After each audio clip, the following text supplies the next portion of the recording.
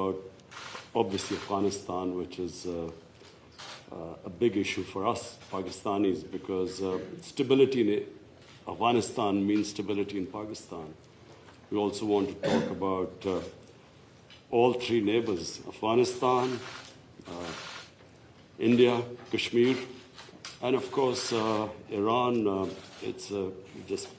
We will discuss the situation there, because all three neighbors of Pakistan. And he lives in a very friendly neighborhood. I mean, as if there are not already enough challenges, you know. Mr. President, after your last meeting with the Prime Minister, you offered to mediate between India and Pakistan over Kashmir. And since then, the situation has gotten more complicated, and India continues to deny or accept any mediation. So where does your offer stand now, and don't you think it would always stand? If I can help, I would certainly do that. And it will be dependent on both of these gentlemen. One without the other doesn't work if you're going to do mediation or if you're going to do an arbitration. But certainly I would be willing to help if both Pakistan, let's say, and India wanted me to do that. I am ready, willing, and able. It's a complex issue. It's been going on for a long time. But if both wanted it, I would be ready to do it. Mr. President, but the only thing is, reverting back to my question in the Home Office on Kashmir. Yes. You know, the thing is, you are asking both the parties to accept and agree. One is aggressor, violator of the UN resolutions, and plus non-compliance, plus merging Kashmir into its own territory. This is the kind of reporter I like. I like this reporter. And how can you? Are you a member of this team, or are you? I'm not a member of this team. You know what? You're saying what you think. Let me complete my question. No, but I have to be requested. How can you make an aggressor and an aggressor meet and the violation of the UN resolutions? Very fair question or statement. Let me put that one down as a statement, if you don't mind.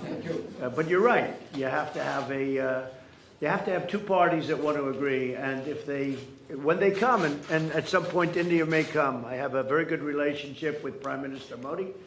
I have a very good relationship with Prime Minister Khan. And if at any time they say, we have some points that we think we can maybe iron out, I think I'd be an extremely good arbitrator. I've done it before, believe it or not, and I've never failed as an arbitrator. I've been asked to arbitrate disputes, pretty big ones, from friends, and I've done it in a good, successful fashion. If I can be of help, you know that. If I can be of help, let me know. But you'd have to have the assent also from the other side. Prime Minister Johnson has now called for a new deal, just moments ago, for a new Iran deal. This is the first time he's called for that. I wonder what your reaction to it, and have you discussed that with him? Well, I think that's why he's a winner. That's why he's a man that's going to be successful in the UK, and I think that's great. You're talking about Boris, right? Talking about Boris. Boris is a man who, number one, he's a friend of mine, and number two, he's very smart, very tough. And he does want a new deal, because the other deal was ready to expire. It was a very short number of years left. All that money paid and wasted. You didn't have the right to inspect the appropriate sites. You were looking at sites that would never be used to create nuclear. The sites that they would use, we weren't allowed to inspect. What kind of a deal is that? And ballistic missiles. They're allowed to test ballistic missiles and other things. But one of the biggest things is the fact that the agreement is going to expire in a very short number of years.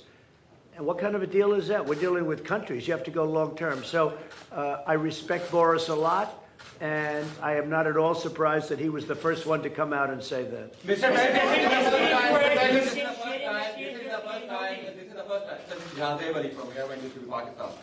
So this is the first time we get honest leadership like you in America.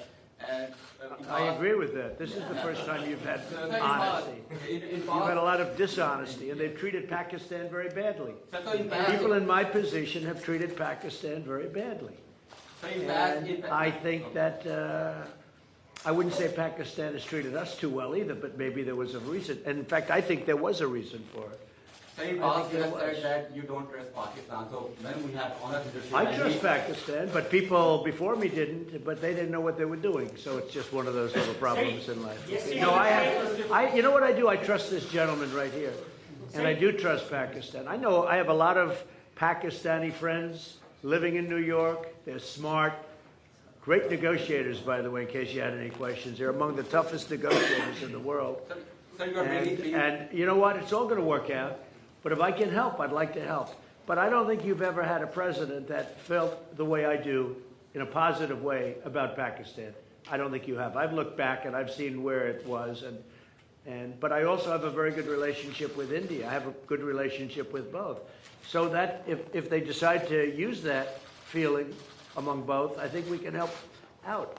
But this has been a long-standing feud. This has been going on for a long time. So you're Mr. President, yesterday you shared the stage with PM Modi. He alleged that Pakistan is the hub of terrorism. Do you endorse that or do you disagree with that? Because you said that Pakistan has made a lot of progress. Well, I really have been pointing much more to Iran.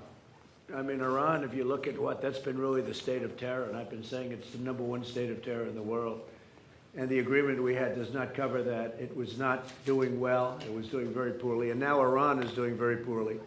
Iran is a different place than when I took over. When I took over the United States, when I became president, Iran was a real threat to the entire Middle East and maybe beyond. And now they're having very, very big difficulties, to put it mildly. So we'll see. Are you happy with the progress that Pakistan has made countering terrorism, particularly eliminating terrorism? I've heard they've made great progress. And under this leader, he's a great leader. I think he wants to make great progress because there's no solution the other way. The other way is only going to lead to death and chaos and poverty. It's all it's going to lead to, and he understands it. Your Prime Minister understands that. Are you concerned about the human rights situation in Kashmir? About which? Human rights situation, human rights Sure, violations? I'd like to see everything work out. I want it to be humane. I want everybody to be treated well.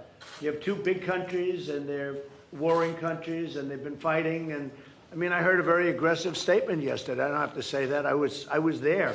I didn't know I was going to hear that statement, I had said, but I was sitting there, and I heard a very aggressive statement yesterday from India, from the Prime Minister, and I will say it was very well received within the within the room. The statement itself, that was a big room. There were 59,000 people.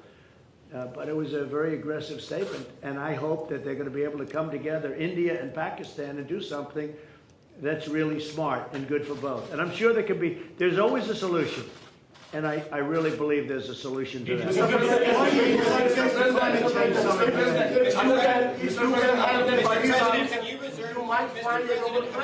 Easy. You've asked one already. Go ahead, quickly. Make 1 second statement. Now, if Go ahead, make a you statement. can solve this outstanding issue of Kashmir, very likely and definitely you will be deserving a Nobel Prize on that. I think I'll get a Nobel Prize for a lot of things. Mr. President, I think I'm going to get a Nobel Prize for a lot of things if they gave it out fairly, which they don't. They gave it out. Well, they gave one to Obama immediately upon his ascent to the presidency, and he had no idea why he got it. And you know what? That was the only thing I agreed with him on. Mr. President, other than Pakistan and India, Go ahead, fine, come on. other than Pakistan and India, the Kashmiri people are suffering last 50 days. They will talk later on, but right now there was human rights violation in Kashmir. 50 days lockdown, no internet, no food, nothing. So, you know, what do you want to do for the Kashmiri people? Where do you find reporters like this? These guys are...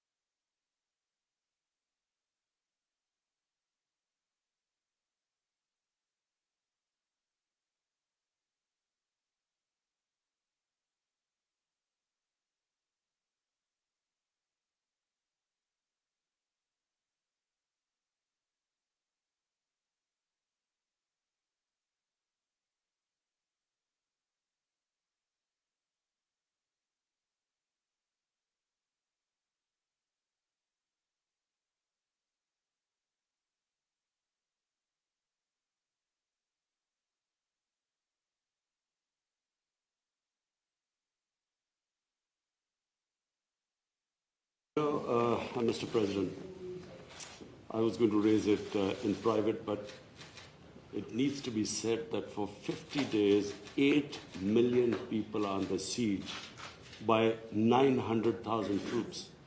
And it's a humanitarian issue. And so I was going to say that, were you supposed to meet Narendra Modi now, I would have asked you to at least lift the siege. I mean, it's a huge humanitarian crisis taking place. Okay, so we're going to be talking about that We'll in a little discuss while. that. Mr. President, what are your expectations from American President about the Kashmir issue? My expectations,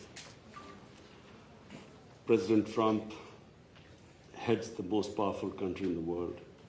And the most powerful country in the world has a responsibility. And you know this. You very kindly wanted to mediate in this, and you also said that both of us, India and Pakistan, has to agree to mediation. But unfortunately, India is refusing to talk to us. So in this situation, I feel that this is the beginning of a crisis. I honestly feel that this crisis is going to get much bigger, what is happening in Kashmir. So we would like to talk about that later. But just the fact that the position of the United States, it's the most powerful country. It can affect the United Nations Security Council. It has a voice. So we look to the U.S. to put out flames in the world. And I will say this, look, out of my respect for your Prime Minister, I will say that many countries wanted to meet with me and us, the United States, during this very short 3-day period, and we were unable to meet with many of them.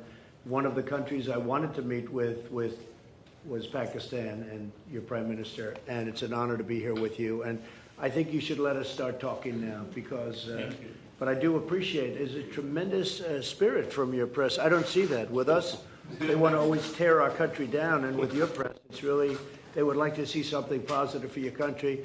And I will tell you this, you have a great leader.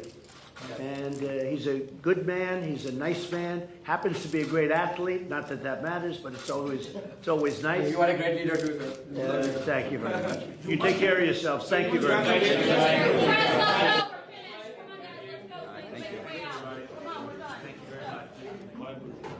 This way, guys. Thank you. Quickly, go. Very much. This way. Quickly, come on, let's go. Come on, let's go. Come on, let's go. We're finished. Let's go.